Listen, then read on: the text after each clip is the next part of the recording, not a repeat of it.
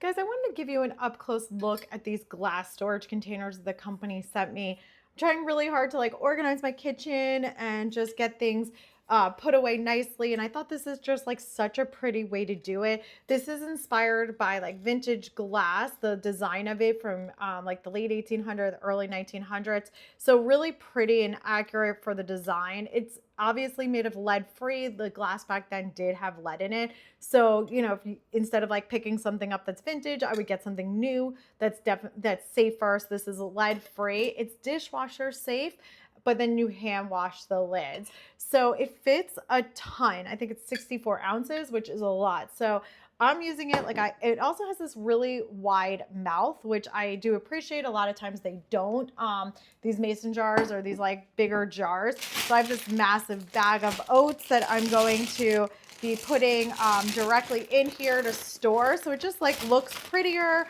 than having, like plastic, or I like that it's storing in glass and not just like sitting in this bag.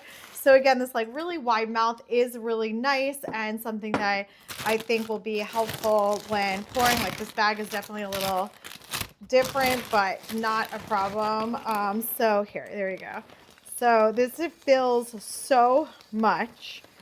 I mean, this bag is huge. This is from, a big warehouse store. For oatmeal, I like to make granola. So after I can go ahead and store something like that in there as well. So, I mean, just fits so much. So I think that's really great. I got the 3-pack. It comes in different colors. So if you want a different color, I thought the blue looks really pretty in my kitchen.